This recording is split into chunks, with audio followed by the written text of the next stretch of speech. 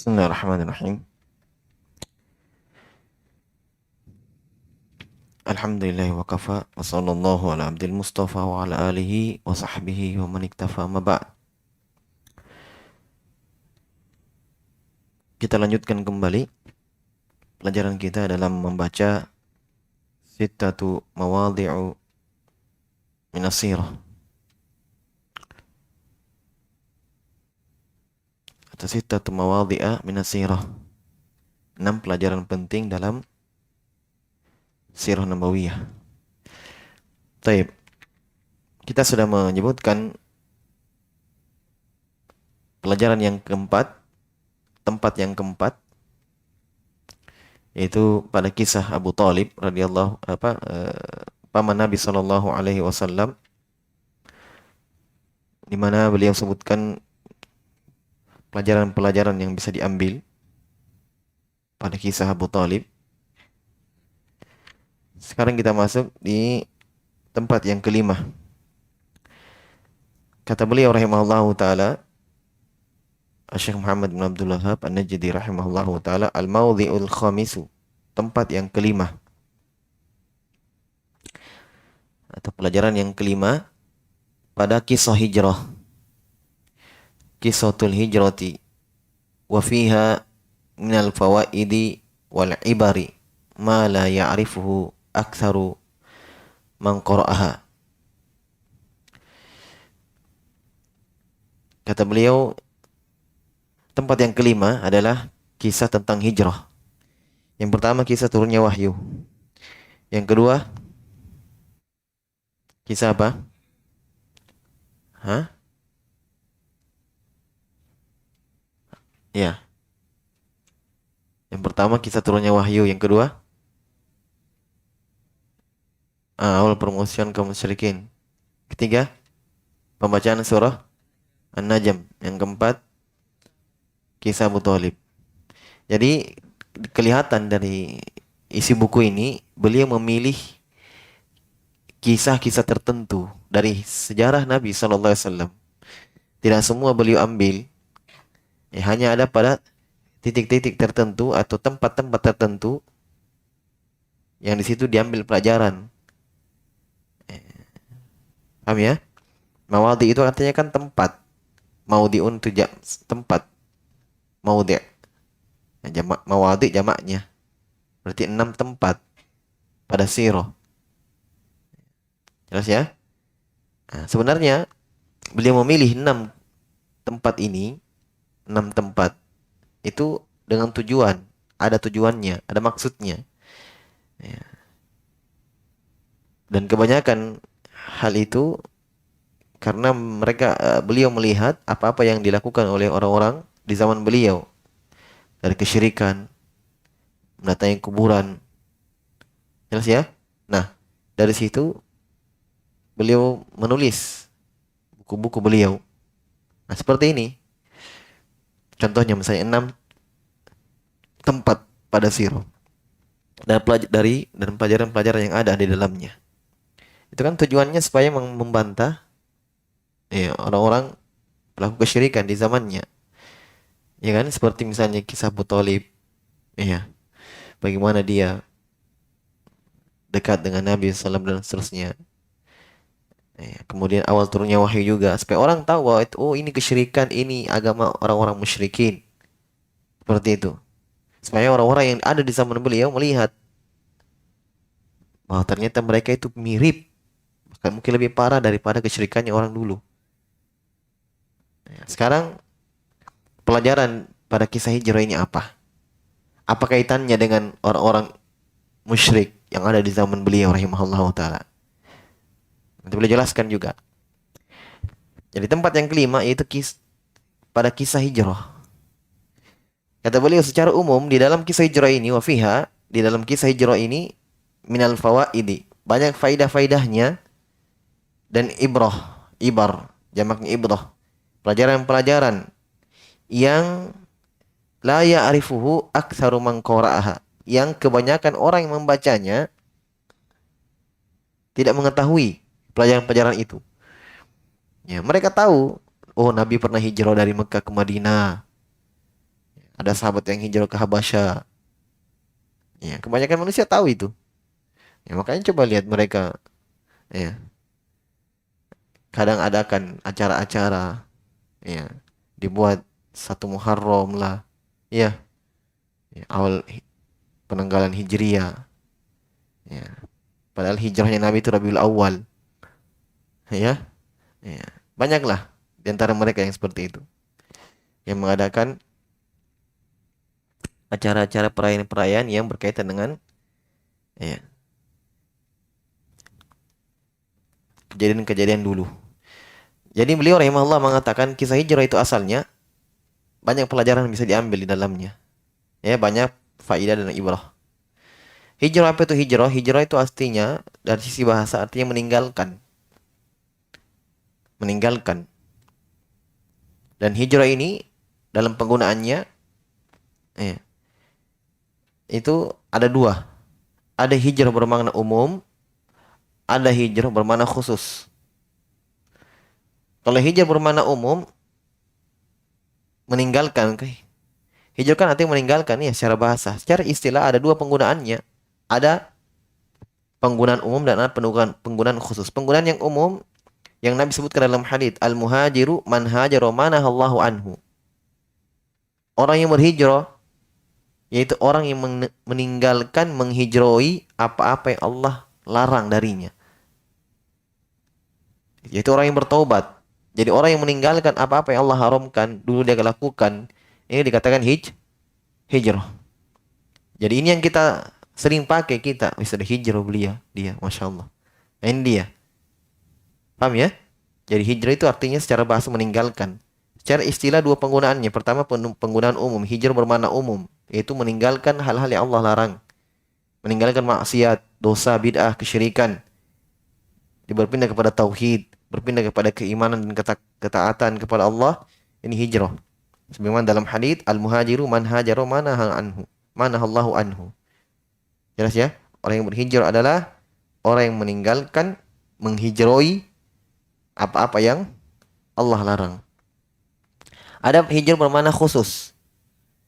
Kalau dikatakan hijrah dengan makna yang khusus, itulah yang ada terjadi dan diperintahkan oleh Nabi dan para sahabat, yaitu meninggalkan. Ini hijrah bermakna khusus, meninggalkan negeri kesyirikan, negeri kekufuran, berpindah kepada negeri tauhid. Ini hijrah juga, tapi bermakna khusus penggunaannya. Berarti yang banyak-banyak disebutkan kalau apalagi khusus masalah sirah, hijrah bermakna apa yang diinginkan? Kalau disebutkan dalam buku-buku sirah secara khusus misalnya hijrah. Hijrah yang apa yang dimaksudkan di sini? Umum atau khusus? Yang khusus. Ya. Yang hijrah, ya. Apalagi kalau seperti ini, kisah hijrah, berarti sudah itu hijrah itu yang diinginkan, yaitu berpindahnya Nabi dan para sahabat dari Mekah ke Madinah. Karena itu perintah Allah Subhanahu wa taala. Keluar dari Mekah sebab mereka dizolimi, dimusuhi, ditindas oleh orang musyrikin. Allah perintahkan mereka untuk berhijrah. Ya. Paham? Nah, syarat-syarat hijrah ini disebutkan oleh para ulama, bahkan dalam Al-Quran syarat-syaratnya. Kapan seorang itu wajib berhijrah? Meninggalkan tempat tinggalnya. Pertama, dia tinggal di tempat kekufuran, kesyirikan. Ini syarat-syaratnya. Pertama, dia tinggal di negeri kesyirikan. Adapun dia tinggal di kaum muslimin, tidak ada hijrah baginya. Itu apa hijrah? Iya. Ya, kecuali ya, misalnya di tempat itu ya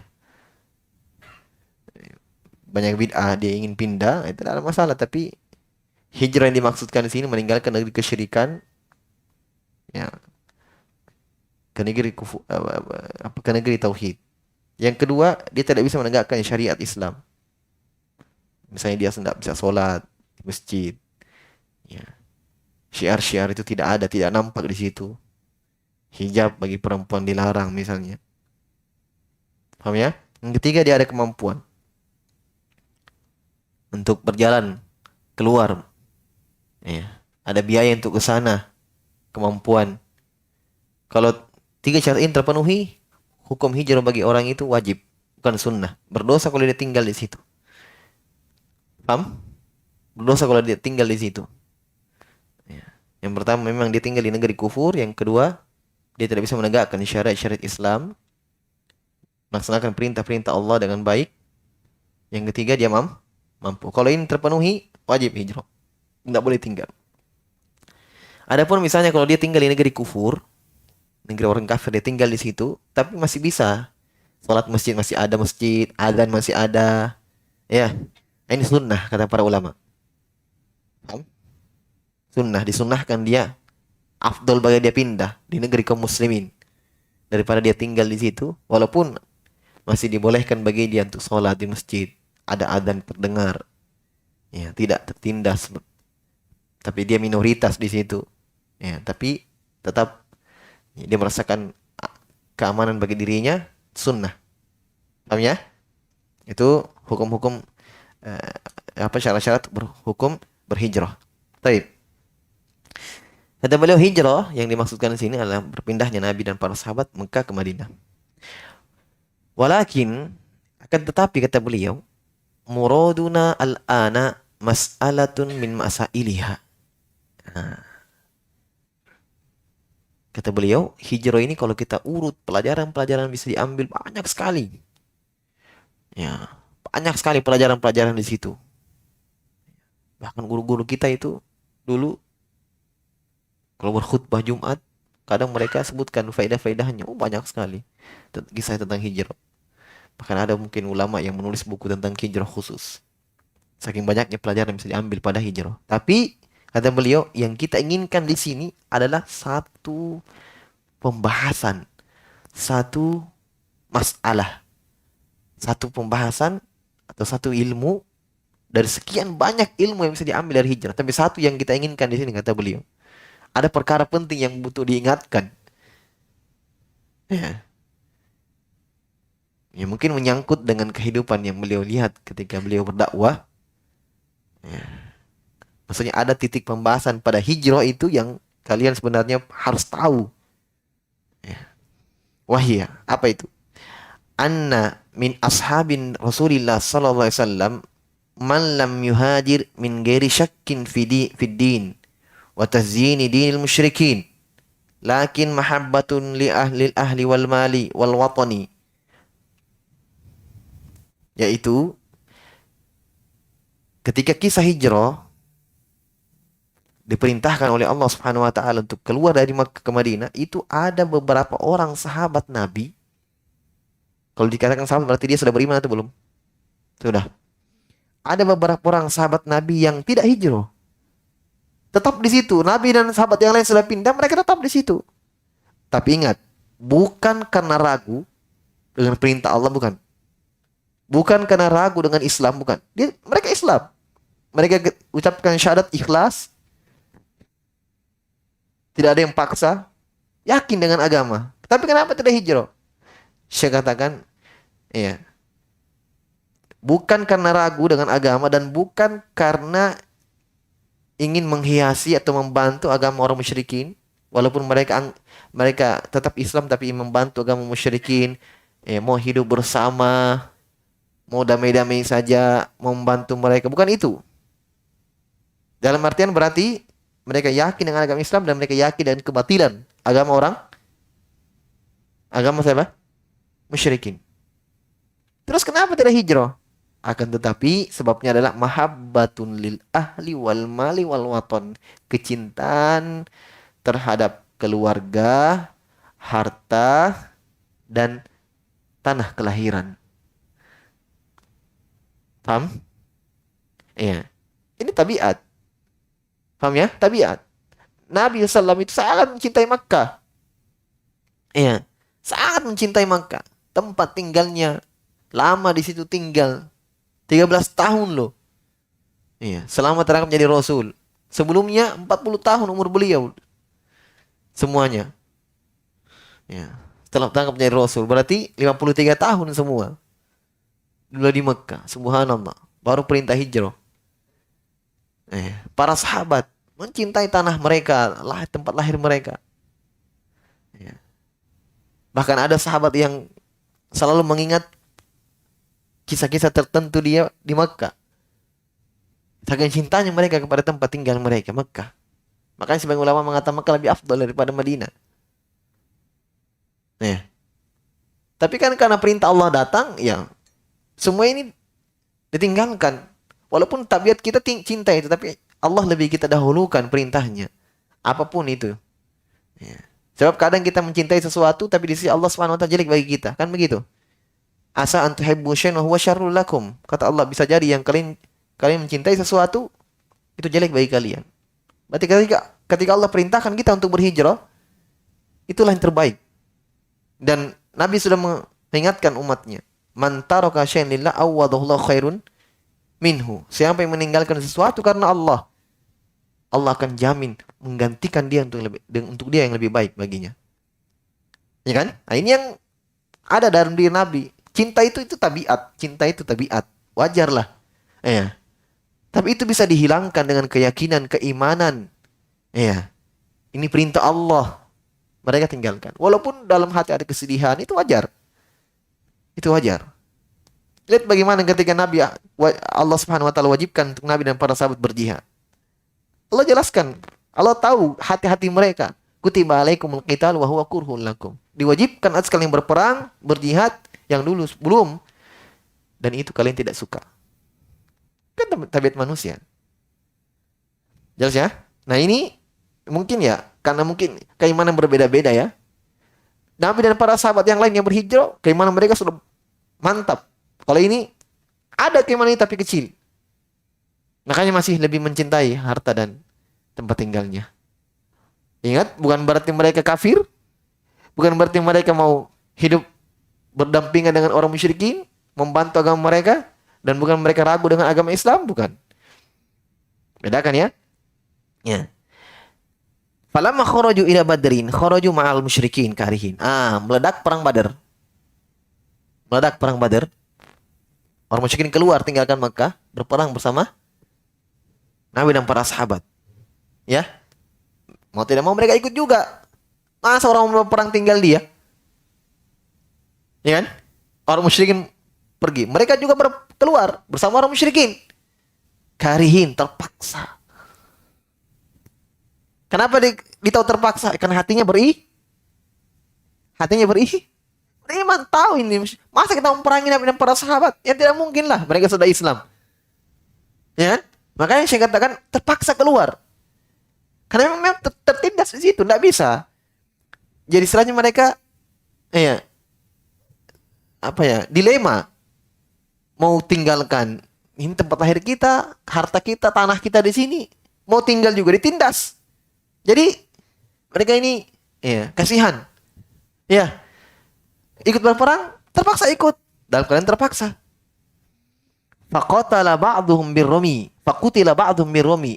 Di antara mereka ini ada yang terbunuh. Siapa yang terbunuh? Yang tidak hijrah tadi. Siapa yang bunuh? Para sahabat kan berperang ini. Di antara mereka ada yang terbunuh dengan bidikan panah.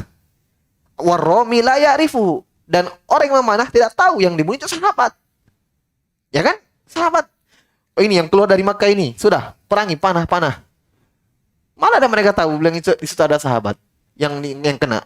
Walaupun mereka tahu ada yang tidak berhijrah sebagian sahabat. Tapi ya pas yang kena panah mereka tidak tahu sudah. Ternyata yang kena apa? Yang kena siapa? Sahabat. Yang mereka tahu. Kenapa mereka tahu? Karena dulu masih di Mekah sama-sama sebelum perintah hijrah. Hidup bersama mereka. Kan sahabat di Mekah dulu itu kan itu aja orangnya. Sedikit, minor. Ya kan? Minoritas. Jadi, si fulan kan sedikit. Kalau banyak mungkin iya. Banyak saja mereka saling tahu kok di Madinah. Contohnya, lihat hadits Umar bin Khattab ketika Jibril datang menyamar menjadi manusia. Umar duduk bersama para sahabat yang lain dan Nabi SAW. Apa kata Umar? Orang ini datang tiba-tiba duduk, merapatkan lututnya kepada lutut Nabi. La yarifu minna ahadun. Tidak ada yang kenal. La yuru ali atharu safar. Dan tidak ada tanda-tanda safar baginya. Apa maksudnya? Kita di Madinah, maksudnya, itu saling mengenal. Oh, ini fulan, rumahnya di sini. Ini anaknya. Ini keluarganya. Ditahu. Nah, kata Umar, kami bingung orang ini. Tidak ada yang kenal. Dan tidak ada tanda-tanda safar. Berarti Kalau tidak ada yang kenal, kemungkinan besarnya dia adalah musafir. Kenapa? Karena kita kenal semua orang di sini. Ya. Nah ini tidak ada yang kenal, tapi bersih bajunya, hitam rambutnya. Wih, dari mana ini orang? Nah Jibril. Ya, itu menunjukkan bahwa mereka saling mengenal. Apalagi waktu di Mekah. Nah, sedikit. Iya. Ini orangnya, ini. Nah, mereka tahu ada yang sebagian tidak hijrah. Tapi ketika berperang, bercampur mungkin dengan orang musyrikin, dipanah orang musyrikin, kena mereka. Iya. Dan orang sahabat yang memanah, enggak. Pilih-pilih yang penting rombongan panah. Ya, kena. Falamma sami ashabatu anna minal qatla fulan wa fulanan. Tatkala sahabat tahu, sahabat yang berhijrah ini yang sudah bersama Nabi, mengetahui ternyata korban qatla. Qatla itu yang terbunuh. Qatla bermakna maktul, yang dibunuh. Korban. Ternyata korban itu ada fulan dan fulan. Sebut namanya. Si Anu dan si Anu. Syaqqu alaihim. Subhanallah. Dengan keimanan. Ya. Kepada Allah. Syaqqu alaihim. Berat bagi mereka. Ya. Seperti menyesal. Ya, berat. Ya. Apa kata mereka, sahabat yang membunuh ini? Qatalna ikhwanana. Kami membunuh saudara-saudara kami. Saudara-saudara kami. Perhatikan ucapan sahabat. Kami membunuh saudara-saudara kami.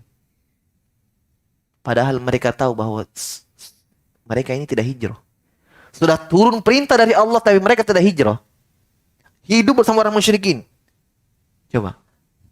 Ketika mereka bunuh, apa kata mereka? Mereka tidak mengatakan, si mau kok. Kita bunuh pengkhianat-pengkhianat. Kita bunuh orang yang takut. Kita bunuh orang yang lebih cinta harta. Kita bunuh orang yang lebih cinta tanahnya. Tidak. Coba untuk melihat sahabat. Kenapa? Saya jelaskan. Karena mereka tahu keadaan saudara-saudara mereka yang tertindas di situ. Tahu mereka bahwa mereka tinggal ada imannya. Mencintai agama Islam. Benci dengan agama musyrikin. Tapi dengan satu dan yang lain hal. Makanya kata mereka, subhanallah kita bunuh saudara-saudara kita. Ya. Di sini kita mengambil pelajaran bagaimana kita itu, ya memang kebiasaan sahabat dan ini sudah menjadi pokok usul min usul ahli sunnah. Tidak mudah mengkafirkan orang. Tidak mudah mengkafirkan orang. Ya. Nabi sudah mengatakan, saya tidak diperintah oleh Allah untuk mengorek isi hati orang. Yang dia cuma dohirnya, ya kan?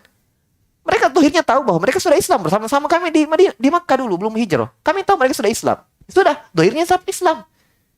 Jangan satu perbuatan langsung, kafir kau, sudah kafir kau. Tidak seperti itu. Coba melihat. Kami bunuh saudara-saudara kami. Seandainya mereka kafirkan ini sahabat yang tidak hijrah, tinggal bersama orang musyrikin lagi. Ya, pasti mereka mengatakan tidak seperti ini istilahnya. Ya kan? Tidak seperti ini istilahnya. Ya, kalimat yang mereka sebutkan, qatalna ikhwanana. Kami bunuh saudara-saudara kita. Maka turunlah firman Allah, fa anzalallahu ta'ala. Turunlah firman Allah Subhanahu wa taala, innal ladzina tawaffahumul malaikatu dzalimi anfusihim. Ya.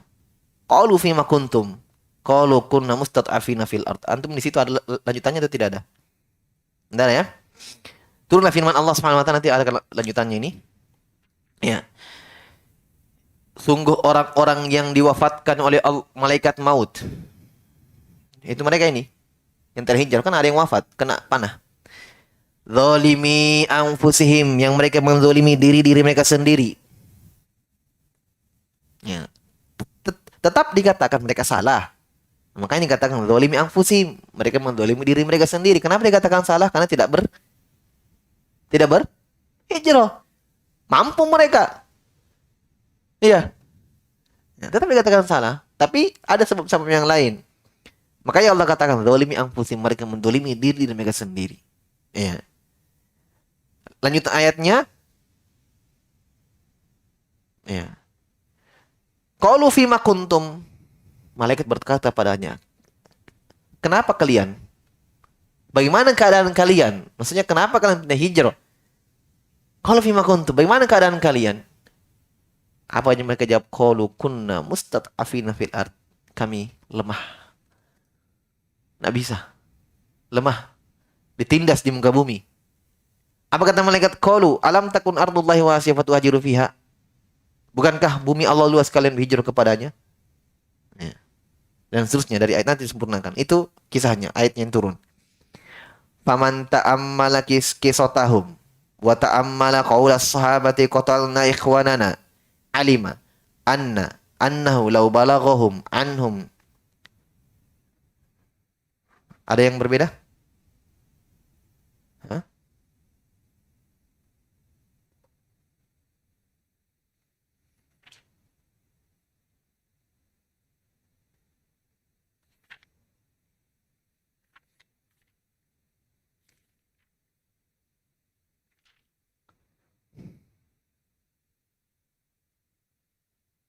Lam yablughum. Ya? Coba lihat bukunya antum.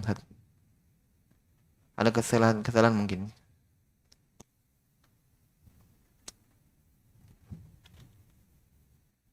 Mana Arabnya?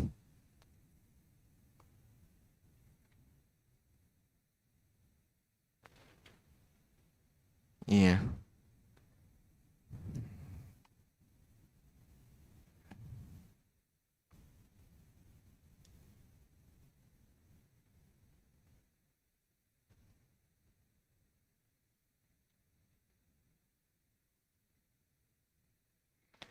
Iya. Sebentar saya baca sedikit. Saya ulangi. Siapa yang memperhatikan kisah mereka ini dan memperhatikan dengan seksama ucapan sahabat, kami membunuh saudara-saudara kami, iya, maka dia akan melihat, ya, dia akan mengetahui. Kenapa? Karena belum sampai kepada para sahabat yang membunuh, tidak ada kabar sampai kepada mereka bahwa ada ucapan-ucapan yang sahabat yang tidak berhijrah, ucapan jeleknya, celaannya kepada agama, atau ucapan-ucapan mereka membantu menghiasi agama orang musyrikin, itu tidak ada sampai kepada para sahabat. Makanya ketika mereka dengarkan ternyata yang kita panah ini sahabat, mereka mengatakan kami bunuh saudara-saudara kami. Kenapa? Karena mereka masih menghukumi para sahabat yang tidak hijrah secara lahirnya. Mereka Islam. Seandainya pernah sampai kepada mereka sahabat yang berhijrah ini bahwa orang-orang sahabat yang tidak berhijrah mencela agama, mencela nabi, ya, mencela Islam, menjelek-jelekan Islam, atau ada ucapan-ucapan mereka, ya, yang membantu menolong agama orang musyrikin, memuji-memuji agama orang musyrikin, maka niscaya mereka tidak akan mengatakan kami bunuh saudara-saudara kami. Bisa paham? Bisa paham ya? Seandainya mungkin ada sampai kabar kepada para sahabat yang di Madinah bahwa itu sahabat yang di Mekah itu betul-betul dia celah Islam. Iya. Dia bantu orang musyrikin. Dia puji agama musyrikin. Dia puji sembahan-sembahannya. Dia membenarkan agama mereka. Seandainya ini ada ucapan yang sampai didengar mereka ucapkan itu, tidak mungkin ketika mereka kena panah yang memanah mengatakan, para sahabat yang memanah mengatakan kami bunuh saudara-saudara kami. Tidak mungkin. Pasti ucapannya yang lain mungkin, kami bunuh pengkhianat, kami bunuh ini dan itu. Ya kan? Kenapa? Karena mereka masih menghukumi bahwa sahabat yang di Mekah itu dulu sama-sama kami berislam.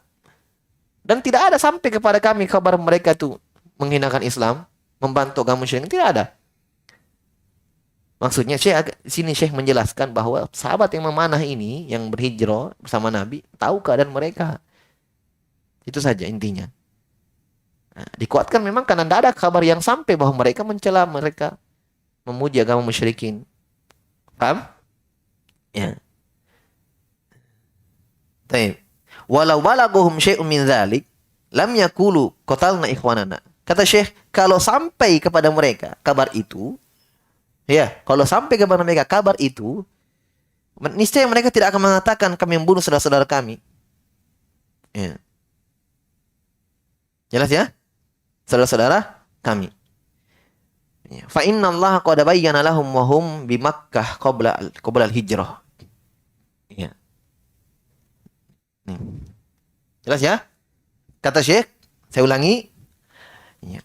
Siapa yang memperhatikan kisah ini, kisah mereka itu sahabat yang terbunuh, ya, dan memperhatikan ucapan tanda kutip, ucapan sahabat yang membunuh, yang memanah, kami bunuh saudara-saudara kami, ya. Perhatikan coba, kata beliau, karena belum ada ucapan yang sampai kepada para sahabat yang di Madinah, belum ada kepada mereka, belum ada, ya, sampai detik itu, ketika kejadian itu belum ada yang sampai, ya, belum ada yang sampai kepada para sahabat yang di Madinah. Mereka pernah mencela Islam, menjelek-jelekan agama Islam, membantu orang musyrikin, memuji agama mereka, belum ada. Ya, sudah berarti mereka hukumi zahirnya. Nah, ini kita mengambil di sini pelajaran. Bahwa memang kita hukumi orang zahirnya saja. Jangan kita terlalu mengorek isi hati orang. Ya, yang tidak, Allah tidak bebankan kita di situ. Ada saudaranya sholat, saudaranya ini berinfak, datang dia, riaji itu. Mau jadi bilang itu. Dari mana antum tahu? Dia bersedekah orang, sholat orang, dia lain juga penilaiannya. Padahal kita memang diperintahkan untuk menghukumi zahir saja.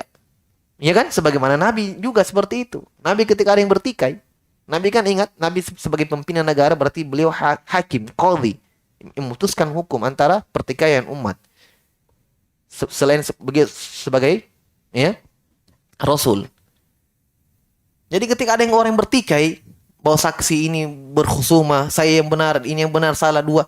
Kata Nabi apa? Innama aqdi binahwi ma asma. Saya menghukumi sesuai dengan apa yang saya dengar saja.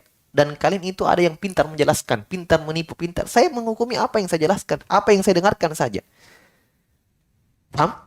Makanya seorang hakim itu tidak boleh dia, ketika saya dia jadi hakim, ada orang bertikai. Pak, ini barangku, Pak. Tidak, Pak. Ini saya curi. Dia curi, Pak. Ini saya punya. Bertikai di depan, tidak boleh dia. Ini kayaknya benar ini bohong ini. Tidak boleh. Dia hanya melihat siapa yang ada bukti padanya, dia sudah bersumpah menolak dirinya, bukan saya pencurinya, selesai. Tidak boleh dia dituduhkan. Saksi mengatakan, saya Pak lihat ini yang sisa. Sudah, apa yang dia lihat, apa yang dia dengarkan, dia hukum sesuai itu. Ya begitu juga Nabi SAW. Paham? Makanya kita tidak bisa salahkan orang. Misalnya dia berteman dengan orang yang ternyata selama ini penipu. Tidak bisa disalahkan. Tidak bisa kita, makanya jangan terlalu gampang bergaul bertanya orang. Tidak, karena memang kita manusia, disuruh seperti itu. Kita hukumi zahirnya saja. Karena kita kan tidak tahu isi hatinya. Zahirnya dia cerita, saya ini orang baik-baik, saya begini. Oh iya, kita percaya. Kan begitu. Jangan, kayak penjahat ini orang ini. Ya kan? Kecuali kalau sudah ada bukti, sudah sering seperti itu dia. Ya tapi kan ini kan kita tidak tahu. Ya kan? Datang orang, zahirnya Masya Allah, ahlul khair, baik, ya sudah. Ya. Toh ternyata berapa hari ke depan, ya, berjalan waktu, ternyata dia orang jahat, ya kita sudah menjalankan apa yang sepantasnya kita jalankan. Kita menghukumi dia secara zahirnya. Nah, itu kita seperti itu beragama. Jelas ya? Nabi seperti itu, Nabi didik kita seperti itu juga.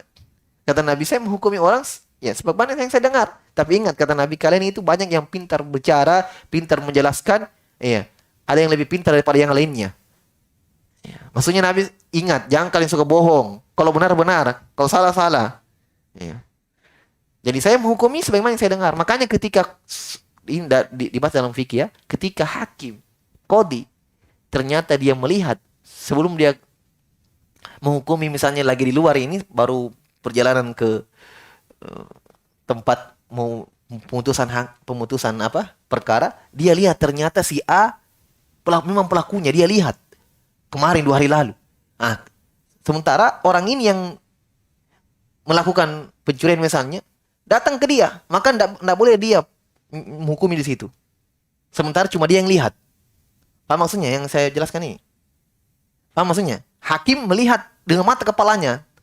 Iya. Nah, besoknya datang orang bertiga A dan B. Pak, dia mencuri barang saya, Pak. Bukan, ini milik saya sendiri. Tapi dia lihat ini A yang mencuri kemarin ini. Nggak boleh dihukum di situ. Paham? Dia akan dituduh bahwa sebelah ini orang. Kenapa kau tuduh? Kenapa kamu putuskan perkara? Kau pilih mana buktinya? Tidak, saya saksinya. Oh, nggak boleh begitu. Ketika pada kejadian seperti itu, dia berpindah. Dia, orang ini dibawa ke hakim yang lain, hakim yang pertama jadi saksi. Paham? Nggak boleh dia begitu dong. Karena cuma dia yang lihat. Nah, sementara ini mengatakan, Pak itu barang saya. Memang kau pencurinya, saya lihat. Nggak boleh seperti itu. Dia akan muncul tuhma namanya. Muncul tuduhan. Dia bersebelah, mungkin keluar karena keluarganya, oh karena kamu dibayar, disogo apa. Ya. Karena ketika dia melihat dia jadi saksi, nggak ada yang lihat, dia jadi saksi. Kan begitu. Masa ada hakim seperti ini? Iya, kamu yang benar. Ya, dia yang salah. Saya saksinya. Nggak mungkin. Nggak ada seperti itu. Makanya pertikaian itu khusumah, bab fikih namanya khusumah, ada saksinya harus di depan hakim. Nah, hakim mendengarkan keterangan saksi, mendengarkan keterangan yang ditertuduh, bersumpah dalam syariat, ya, dan yang menuduh datangkan bukti. Begitu saja. Ya. Dihukumi secara apa yang dia dengar, secara dengan ilmu yang dia punya, sudah selesai. Ya, hukmu qadhi yarfa'u khilaf. Kaidah syariat berbunyi, hukumnya qadhi, hukumnya hakim mengangkat perselisihan, selesai. Mereka harus terima. Jelas ya? Taib. Taib. Nah, kenapa seperti ini? Kenapa sahabat yang di Madinah ini yang berhijrah tidak menghukumi mereka para sahabat yang tidak berhijrah? Fa inna Allah Ta'ala qad bayyana lahum wa hum bi Makkah qabla al-hijrah. Anna dzalika kufrun ba'da al-iman bi qoulihi ta'ala man kafara billahi min ba'di imanihi illa man ukriha wa qalbu mutmainnun bil iman. Ya. Sahabat, subhanallah ini perhatikan ya. Sahabat radhiyallahu taala anhum yang sudah berhijrah ini, ketika mereka masih di Mekah, mereka sudah tahu, ya. Mereka sudah tahu ada namanya hukum murtad. Ya. Ada yang namanya orang masih Islam murtad kembali dengan melakukan kekufuran. Dan mereka tahu bahwa diperbolehkan orang ketika terancam nyawanya melakukan kekufuran, ya. Boleh kalau terpaksa. Karena mereka melihat kisah Ammar bin Yasir. Ayat ini Syekh menjelaskan bahwa kenapa para sahabat itu mengatakan kami bunuh saudara-saudara kami. Ya, kata Syekh, karena mereka ketika di Mekah bersama, belum hijrah ini, mereka sudah tahu hukum bahwa turun firman Allah Subhanahu wa taala di Mekah di kisah Ammar bin Yasir, di depannya matanya dibunuh ibunya Sumayyah. Ya, diperintahkan untuk mencela Nabi, beliau tidak mau, ditusuk kemaluannya dengan besi panas, naudzubillah, ditusuk di depannya Ammar bin Yasir, anaknya Ammar bin Yasir, ayahnya juga dibunuh. Nah, Ammar bin Yasir diperintahkan juga untuk mencela Nabi karena untuk menyelamatkan nyawanya agar tidak terjadi seperti yang terjadi pada ibu dan ayahnya. Beliau radhiyallahu anhu mencela Nabi, tapi hatinya tetap iman, terpaksa turunlah firman ini. Man kafara billahi ba'da imani, siapa yang kafir kepada Allah setelah dia iman, murtad, ya, illa man ukriha wa qalbuhu mutmainnun bil iman, kecuali siapa yang terpaksa dan hatinya tetap dalam keimanan. Nah, ini sahabat sudah tahu. Tapi bersama dengan itu, tetap mereka mengatakan kami bunuh saudara-saudara kami. Berarti pelajaran apa yang antum ambil? Dari ayat itu tentang ucapan sahabat makot, kami bunuh saudara-saudara kami. Hah? Hah? Padahal mereka tahu bahwa tidak boleh berbuat kekufuran setelah dia beriman, murtad, kecuali terpaksa dalam ayat. Berarti mereka paham bahwa sahabat yang terhijrah apa? Nah, sahabat yang terhijrah itu tertindas, lemah, tidak mampu. Itu mereka paham. Ya. Nah, di sini kita mengambil pelajaran bahwa pentingnya itu mengamalkan ilmu yang didapatkan. Ilmu yang kita dengarkan, satu ayat, satu hadits, satu faedah, itu bermanfaat, ikhwan. Bermanfaat. Ya. Jangan dianggap remeh itu satu ilmu. Makanya Ibnu Qayyim mengatakan tidaklah seorang itu mendapatkan satu bab ilmu, satu ilmu, dan dia amalkan, itu lebih baik daripada dunia dan seisinya. Lebih baik daripada dunia dan seisinya. Coba mereka melihat. Ini ilmu mereka sudah dapatkan dulu. Masih di Mekah sebelum hijrah, mereka sudah dapatkan. Nah, mereka terapkan, mereka amalkan. Oh, berarti ini teman-teman kita enggak. Ya. Faedah yang kedua, kita bisa mengambil pelajaran di sini bahwa hendaknya kita selalu berhusnudzon kepada sesama muslim. Ya. Berhusnudzon. Ketika ada salah, mungkin dia tidak sengaja, mungkin dia lupa, mungkin Itu yang kita lakukan. Ya. Kita selalu berprasangka baik kepada dia. Jelas ya? Bukan malah justru dicarikan kesalahannya. Ah, memang kau, siapa suruh kok, dan seterusnya. Ya. Tapi selalu dicarikan uzur. Selalu dicarikan uzur yang baik. Ya. Dan ini sebagaimana Masya Allah terjadi pada para sahabat. Kata beliau, wa ablagu min hadha. Ya. Wa ablagu min hadha ma taqaddama min kalamillahi ta'ala fihim. Fa innal malaikata taqulu fima kuntum. Walam yaqulu kaifa tasdikukum. Qalu kunna mustat'afina fil ard. Perhatikan baik-baik. Lebih dalam dari ini, itu lebih dalam pembahasannya, apa yang telah berlalu dari firman Allah Ta'ala kepada mereka. Firman yang dimaksudkan adalah firman yang tadi, yang turun ketika hijrah. Innal ladzina tawaffahumul malaikatu dzalimi anfusihim qalu fima kuntum qalu kunna mustat'afina fil ard qala alam takun ardullahi wasi'atan tuhajiru fiha. Itu ayat dalam surah An-Nisa ayat 97 sampai 100. Ya. Cuman tuh baca bukunya untuk terjemahannya. Ya. Orang-orang yang diwafatkan dan mereka mendolimi diri mereka sendiri, ya, ditanya mereka ketika diwafatkan, ya, fima kuntum. Fa innal malaikata taqul, malaikat berkata kepada mereka, fima kuntum. Bagaimana keadaan kalian? Masya Allah, perhatikan. Ya, bagaimana? Malaikat pun tahu keadaan mereka. Tentunya ini dari Allah Subhanahu wa taala. Malaikat tidak bertanya dalam ayat, malaikat tidak bertanya, ya, kaifa tasdikukum? Bagaimana iman kalian? Bagaimana isi hati kalian? Apa kalian mengimani Islam itu benar? Apa kalian mengimani agama musyrik itu batil? Bagaimana keimanan kalian? Paham maksudnya? Sekarang saya tanya antum di sini yang hadir, kenapa malaikat tidak bertanya bagaimana keimanan kalian? Kenapa? Ah? Kenapa pertanyaan malaikat bagaimana keadaan kalian? Kenapa tidak berhijrah? Bagaimana keadaan kalian? Kenapa malaikat tidak bertanya bagaimana isi hati kalian?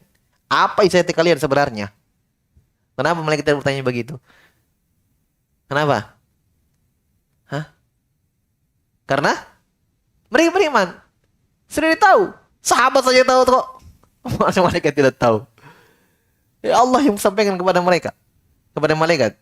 Ini malaikat pencabut nyawa ini. Ya. Ketika diwafatkan oleh Allah mereka. Kan sudah ditahu jelas mereka masuk Islam ikhlas. Ya, tidak pernah ada ucapan menghina Nabi, mencela Islam, tidak pernah ada ucapan memuliakan agama musyrikin, tidak pernah. Berarti tetap pada asalnya. Makanya pertanyaan malaikat, kenapa kok? Kalau kita bahasakan ya, kenapa kalian di sini? Maksudnya kenapa? Malaikat tidak bertanya, kalian itu sebenarnya apa sih? Isi hatimu itu apa sebenarnya kamu orang ini? Kenapa ke Islam tapi tidak hijrah? Tidak. Bertanya, kenapa? Ada apa kalian? Fima kuntum. Maka mereka menjawab, sahabat yang terbunuh ini, qalu kunna mustad'afina fil ard. Kami tertindas, lemah di bumi. Lemah di sini, tidak bisa, Ki. Ya mungkin Nabi dan para sahabat kuat, tegar, yang hijrah itu, ya, imannya besar, tinggalkan harta itu, walaupun dalam hati tetap mencintai tempat tinggal mereka, tanah kelahiran mereka. Iya. Tapi mereka ini kasihan. Apalagi dimaklumi wajar ya, baru-baru masih Islam. Iya. Ya, baru-baru masih Islam. Di sini kita mengambil pelajaran juga, ikhwan, bahwa keimanan seorang itu berbeda-beda. Ya, kita tidak bisa samakan diri kita dengan orang lain. Ya, jangan samakan diri kita dengan orang lain. Kita bisa bersabar, kita bisa tegarnya, kau masa begitu udah bisa, apa gitu. Iya, kita seperti itulah manusia. Tingkat keimanan berbeda-beda. Ya, hanya nasihatkan dia ke ucapan-ucapan yang baik. Kita maklumi itu. Jangan samakan diri kita dengan orang. Mungkin kita bisa, orang lain tidak bisa. Ya kan? Tergantung keimanan seseorang. Jelas ya? Masya Allah. Walam yakulu kadzabtum. Masya Allah. Ya. Ketika mereka mengatakan, ditanya kenapa kalian? Apa jawaban mereka? Kami apa? Lemah. Malaikat tidak balas. Walam yakulu, malaikat tidak mengatakan kata betul. Bohong kok. Sebagaimana mislu ma yaqulullahu wal malaika lil mujahid alladhi yaqulu jahadtu fi sabilik hatta qataltu hatta qataltu. Ya, fayaqulullah kadzabta. Pernah dengar kisahnya hadits Abu Hurairah lewat Muslim, tiga orang yang pertama dipanggang api neraka? Pernah dengar kisahnya? Tiga orang yang paling pertama dipanggang oleh api neraka. Yang pertama orang yang berjihad di jalan Allah, dia mati di dunia. Pada hari kiamat ditanya, apa yang kamu amalkan? Dia katakan apa? Saya berjihad di jalanmu ya Allah sampai saya terbunuh. Allah katakan, kamu bohong. Karena dia berperang untuk dikatakan apa? Dia berperang untuk dikatakan berani. Mujahid, jago, hebat, berani. Itu yang tujuannya dalam hati. Coba, ketika para sahabat mengatakan kami lemah, ada jawaban malaikat, bohong. Tidak. Jelas ya? Fayaqulullahu kadzabta. Allah mengatakan kepada si mujahid ini, ya. Jadi saya jelaskan bahwa ketika mereka mengatakan kami lemah, malaikat tidak mengatakan kamu bohong. Sebagaimana yang malaikat katakan dan Allah katakan kepada tiga orang itu. Orang yang mujahid pertama ditanya, apa yang kamu amalkan? Dia mengatakan, saya berperang di jalanmu ya Allah. Malaikat menjawab, Allah menjawab, kamu bohong. Ya. Malaikat menjawab, kamu bohong. Bal qatal taliyuqal jari. Bahkan kamu berperang paling depan, barisan paling depan untuk kamu dibilang berani. Demikian pula malaikat mengatakan kepada dua yang lain, orang yang menuntut ilmu dan orang yang bersedekah. Menuntut ilmu ditanya, kenapa kamu belajar? Apa yang kamu lakukan? Saya belajar menuntut ilmu di jalanmu ya Allah. Kata Allah, kamu bohong. Kamu belajar hanya untuk dibilang alim, hebat, orang berilmu, yang dipuji. Yang bersedekah juga. Kenapa? Apa kamu lakukan apa? Saya bersedekah di jalanmu. Kata Allah, kamu bohong. Kamu bersedekah untuk dibilang karim, dermawan. Ya. Jawad. Baik hati. Jelas ya? Baik.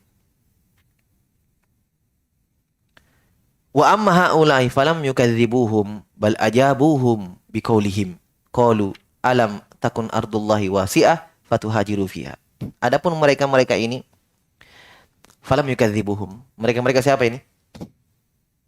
Yang terhijrah. Adapun mereka-mereka ini sahabat yang tidak berhijrah, falam yukadzibuhum. Malaikat tidak mendustakan mereka, tidak mengatakan kadzabta kadzabta, kamu bohong, kamu bohong.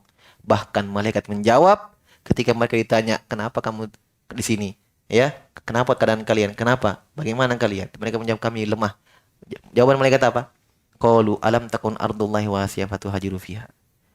Malaikat menjawab, bukankah bumi Allah luas? Kalian tidak hijrah. Ya. Wa yazidu dzalika idahan lil arifi wal jahil lati ba'daha wa hiya qawlu ta'ala illa al mustad'afina minar rijali wan nisa'i wal wildani la yastati'una hilatan wa la yahtaduna sabila. Ini lanjutannya ayat. Kata Allah, ya, berhijrah kecuali orang-orang yang lemah. Ini syarat hijrah Allah sebut. Kecuali memang kalau orang-orang yang lemah, laki-laki.